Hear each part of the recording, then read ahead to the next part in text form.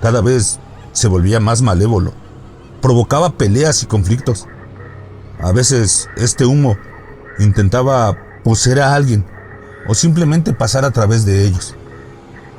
Sabía que había más de una entidad oscura involucrada, pero también sabía que mencionarlo no cambiaría nada. Mejor con los audífonos puestos.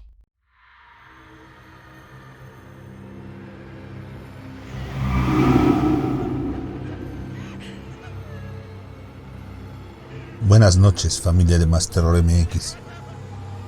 A veces las personas nacen con ciertos dones, otras veces los van adquiriendo con el tiempo. Pero es indudable, más allá de que la ciencia lo acepte o no, que estas personas ven, sienten y escuchan cosas que nosotros no. ¿Se han puesto a pensar cómo es la vida de ellos o ellas?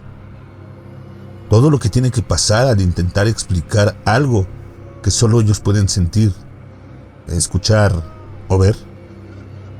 Muchas veces son incomprendidos. Son tachados de locos, aunque no sean así. Bueno, pues nuestra amiga Gisela Maidana es una de esas personas. Ella amablemente nos ha enviado algunas vivencias que ha tenido con lo paranormal, con lo inexplicable. Nos comenta que las historias no son en orden cronológico, sino que nos las irá compartiendo como le vayan llegando a la memoria. Escuchen atentamente y si quieren saber más de sus vivencias, háganselo saber en los comentarios. Suscríbanse y activen las notificaciones para que no se pierdan de estas aterradoras historias. Ahora sí, los dejo con la narración.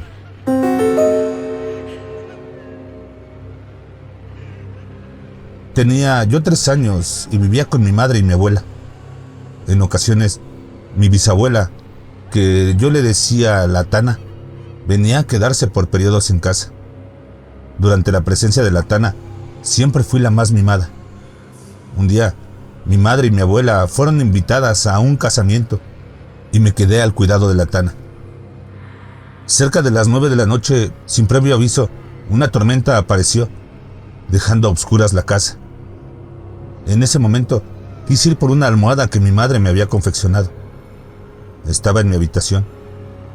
Fui a buscarla, la tomé y cuando iba saliendo, algo agarró mi mano.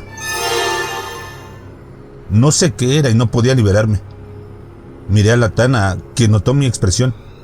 Mientras ella se acercaba, la puerta se cerró bruscamente sobre mi brazo.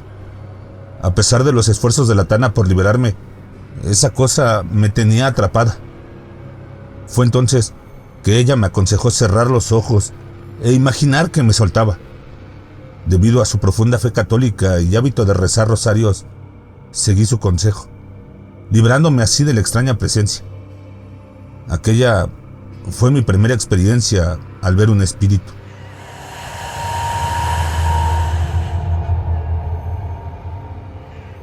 Mi madre, durante sus tiempos libres y con la Tana en casa, solía jugar a las cartas. En lugar de anotar los puntos, utilizaba legumbres como marcadores. Yo a menudo escuchaba voces llamándome, y al contárselo a mi madre, ella decía que no había nada. Llegué al punto de hablar en voz alta, tratando de llamar la atención en vano. Tenía 3 años y carecía de respuestas correctas. Una tarde, decidí taparme los oídos con un frijol, encontrado entre los elementos del juego de mi madre. Aunque esto podría considerarse normal a esa edad, la situación se complicó. Mi madre me llevó al hospital y mencionó mi tendencia a hablar en voz alta. Los médicos extrajeron el frijol de mi oído y me remitieron a un fonoaudiólogo. Aún recuerdo los aparatos de gran tamaño utilizados, junto con un tablero de luces y botones que el médico tocaba para emitir diferentes sonidos. A pesar de estas pruebas, se confirmó que mi audición era normal. Frecuentemente veía personas caminando entre nosotros y mantenía una sensación de interacción visual. Sin embargo, mi madre continuaba asegurando que no había nada ahí. Yo respondía a las voces que escuchaba, aunque a menudo eran consideradas como amigos imaginarios propios de la niñez. A los 4 años, comencé en el jardín de infantes. Aunque al inicio expresé mi resistencia de quedarme ahí, finalmente fui inscrita en el preescolar, un año adelantado. La escuela se encontraba en una casa antigua con un altillo donde almacenaban los juguetes. Al subir, divisé a una anciana en su mecedora y a un hombre junto a la ventana. En ese lugar, sentí que algo no estaba bien. A los 3 meses de asistir a clase, escapé a casa. Los espíritus presentes eran serios, no malévolos, pero no toleraban la presencia de los niños.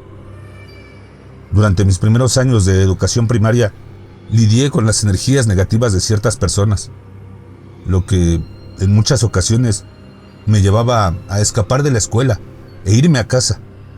Aunque fui una estudiante aplicada, las faltas se acumulaban debido a mis problemas con la energía de algunas personas. Mi madre se enfadaba por las ausencias, pero la Tana siempre me defendía, pues me conocía muy bien. Hasta que un día, un demonio se la llevó.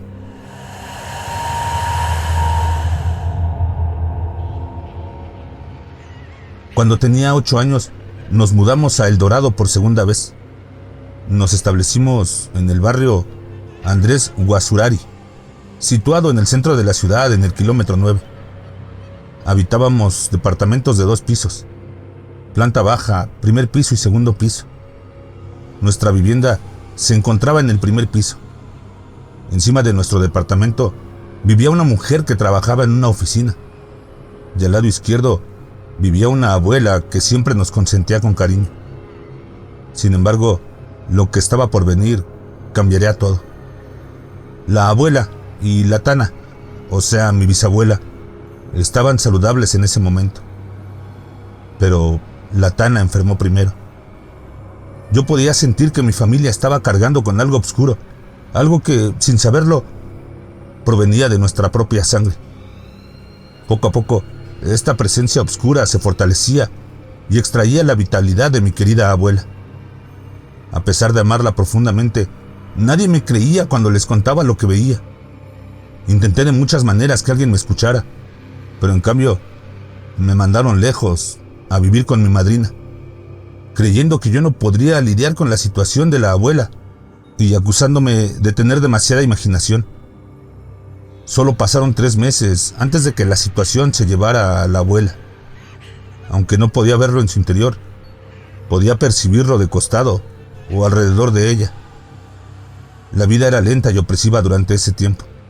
Sentía como todo el ambiente estaba cargado y mi familia discutía constantemente. Mi Tana, que antes era imponente, se volvió más pequeña. Cerrando los ojos, podía visualizarla caminando con las manos entrelazadas detrás de su espalda, recorriendo el pasillo con pasos cortos mientras observaba las plantas y disfrutaba de la tarde.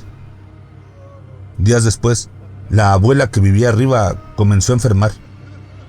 Durante esos 2 meses, mi hogar finalmente experimentó una sensación de paz. Sin embargo, ¿a qué costo? Al principio, comencé a realizar movimientos circulares en la cama por las madrugadas. Dormía con mi madre debido a que solo había 2 habitaciones en nuestra casa, y mi hermanastro vivía con nosotros junto a la abuela. O bien, caminaba por la casa mientras mi madre me acompañaba. Los médicos me diagnosticaron sonambulismo, pero en mi mente sabía que estaba presenciando lo que esta entidad hacía con mi abuela. Cuando estaba en casa, ella se enfermaba gravemente, pero al bajar las escaleras, milagrosamente mejoraba. Aunque repetía incansablemente lo que experimentaba por las noches, nadie me creía. Mi frustración crecía y me sentía cada vez más aislada y enojada. Finalmente, llegaron 2 parapsicólogos que confirmaron mis experiencias. Recuerdo una noche en la que uno de ellos preguntó si realmente me habían dejado moretones en el tobillo. La respuesta fue afirmativa. Mis experiencias fueron validadas. Los parapsicólogos le dijeron a mi madre que yo tenía todas las características para ser una parapsicóloga y que deberían llevarme a la universidad para que me estudiaran. Sin embargo, creo que mi madre tenía miedo de lo que le podrían decir. Tras el fallecimiento de la abuela, las cosas se empeoraron. La presencia oscura regresó a nuestro departamento, acompañada por un olor desagradable. A veces a carne en descomposición, otras veces a sangre putrefacta. Este olor invadía la casa a diario, causándonos dolores de cabeza y malestar. Pasábamos horas afuera en el pasillo para escapar de esta atmósfera opresiva. Con el paso de los años, las luces comenzaron a encenderse y a apagarse por sí solas. Los muebles se movían inexplicablemente. Esto era perceptible para los demás, pero lo que yo veía era mucho más aterrador. Primero, parecía ser un humo negro que luego iba tomando forma. Cada vez se volvía más malévolo. Provocaba peleas y conflictos. A veces este humo intentaba poseer a alguien o simplemente pasar a través de ellos. Sabía que había más de una entidad oscura involucrada, pero también sabía que mencionarlo no cambiaría nada. La abuela comenzó a enfermarse, mucho más joven que las mujeres anteriores. Un día, durante una reunión familiar, observé cómo ese humo negro salía de la habitación de la abuela. Entró por su oído y ella exclamó: «Me voy». Se desplomó a un costado y puse mi mano donde parecía haberse golpeado, observando cómo el humo salía por el mismo lugar. Hice todo lo que pude para cuidar de ella, pero la situación solo empeoraba. Mi familia, sobre todo la de mi madre, me veía como el problema. Sin embargo, yo sabía que había algo más en juego. Esta entidad me atacaba constantemente, me golpeaba o provocaba episodios de ruidos perturbadores en la casa, hasta que mi hermanastro comenzó a investigar lo paranormal, pero lo hizo de la peor manera.